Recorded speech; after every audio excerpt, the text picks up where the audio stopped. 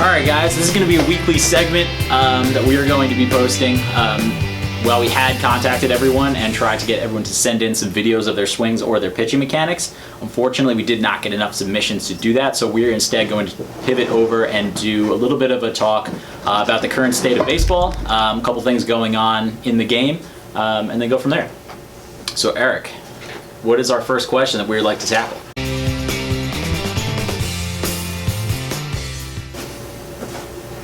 Obviously, you see how Coach Cressy feels about that situation. Coach Oscar? So many things can go wrong. It takes away from the history of the game, honestly. Okay, so we have two naysayers, and for the sake of this show, I'm going to say I want robot strike zones. Okay. Why? I think it's called human error for a reason. I don't think it's called robot error. I think that too many personalized strike zones affect the game. It's been proven that certain pitchers pitch better with certain umpires behind the plate. So if there's already that proven bias, I think that's argument enough. Coach Cressy? I don't know. I think it adds. I like the human elements of the game. I think the history of the fact that pitchers have gone over and talked about how they've had to learn the strike zone, figure out, every umpire's called a slightly different game.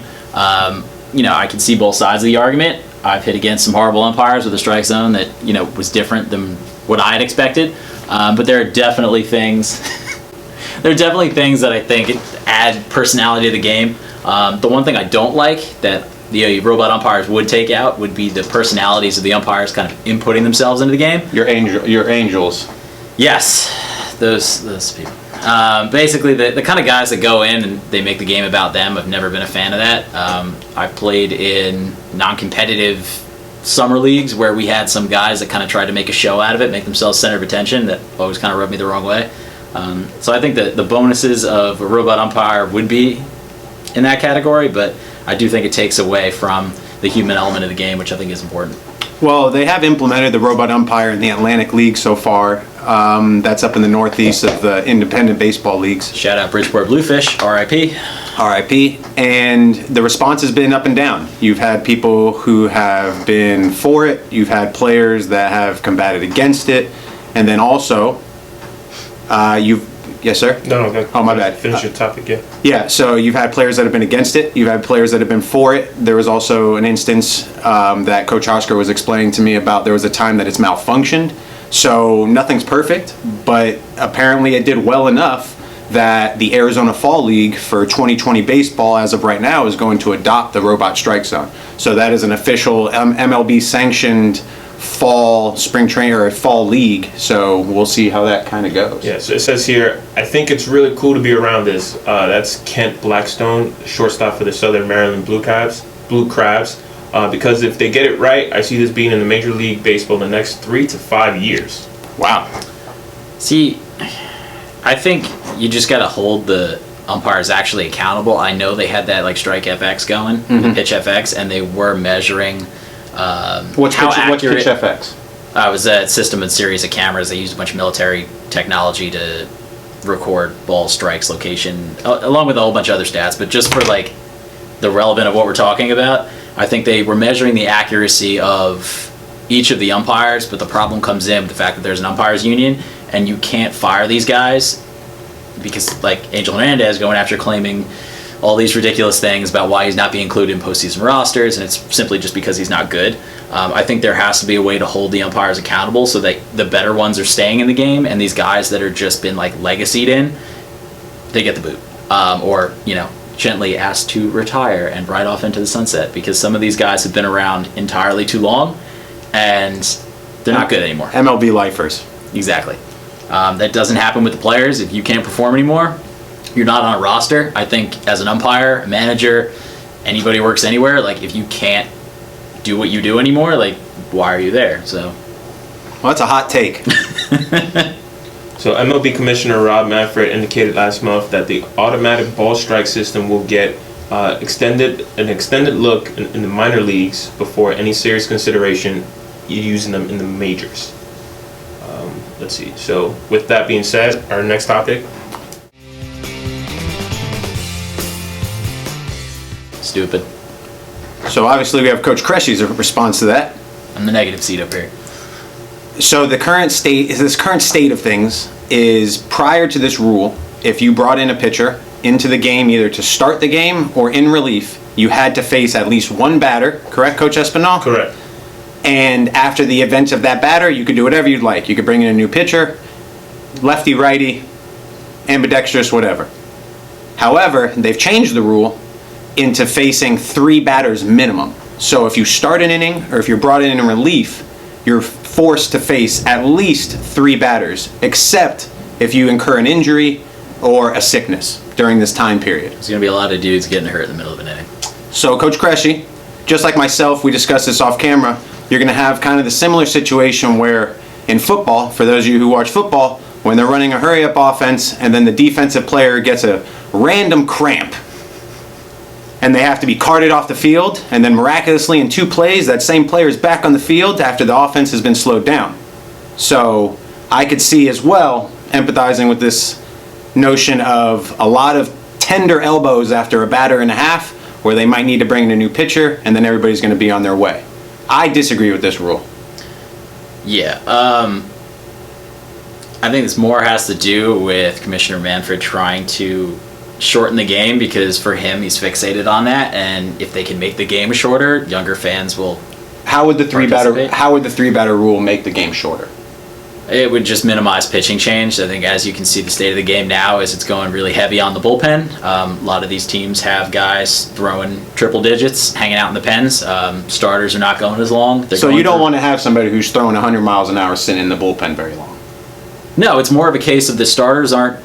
The direction the game's going, the starters aren't going the whole game anymore. They're going 5 innings, and then you're turning leads over to the bullpen, because that's where you're sticking these like high leverage guys. The numbers don't add up to have your guy face a lineup 3 times over. The statistics don't point to the success of that, and as you're getting more analytical, more data driven in baseball, this is going to be something that was a change that was happening on the field, and then off the field, Commissioner Manfred is basically trying to shorten the game, because it appears in his opinion that the longer the games are, the younger fans are not going to be as prevalent in the game, which I think is a flawed way to look at it. If you look at NFL games, they're pretty much the same time length, if not longer, than a standard baseball game, without commercials.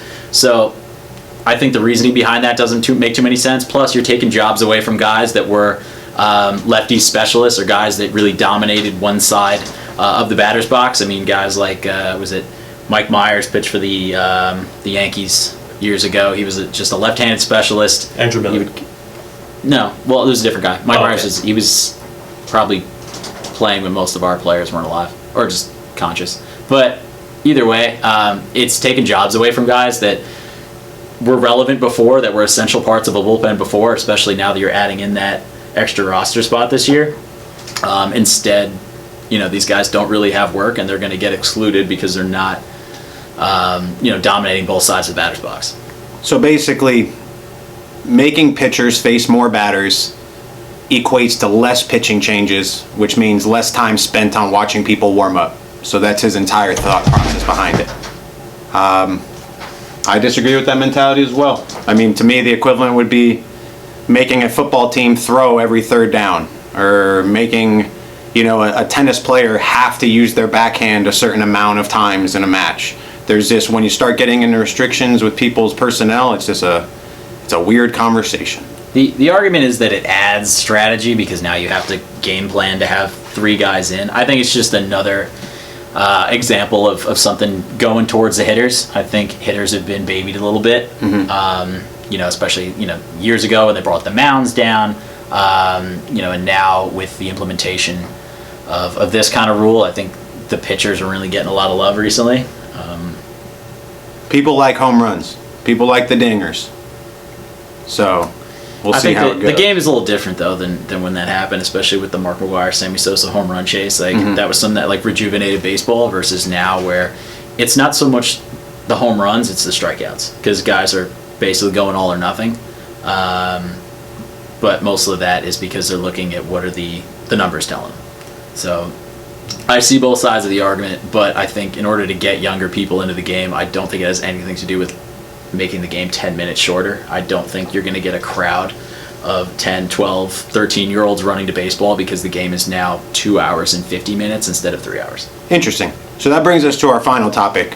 What are some things that you guys feel could be done to the game of baseball to get a younger crowd interested?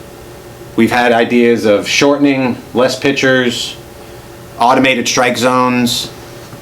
So we want to hear from you guys. What do you guys think are going to change the game in a positive light?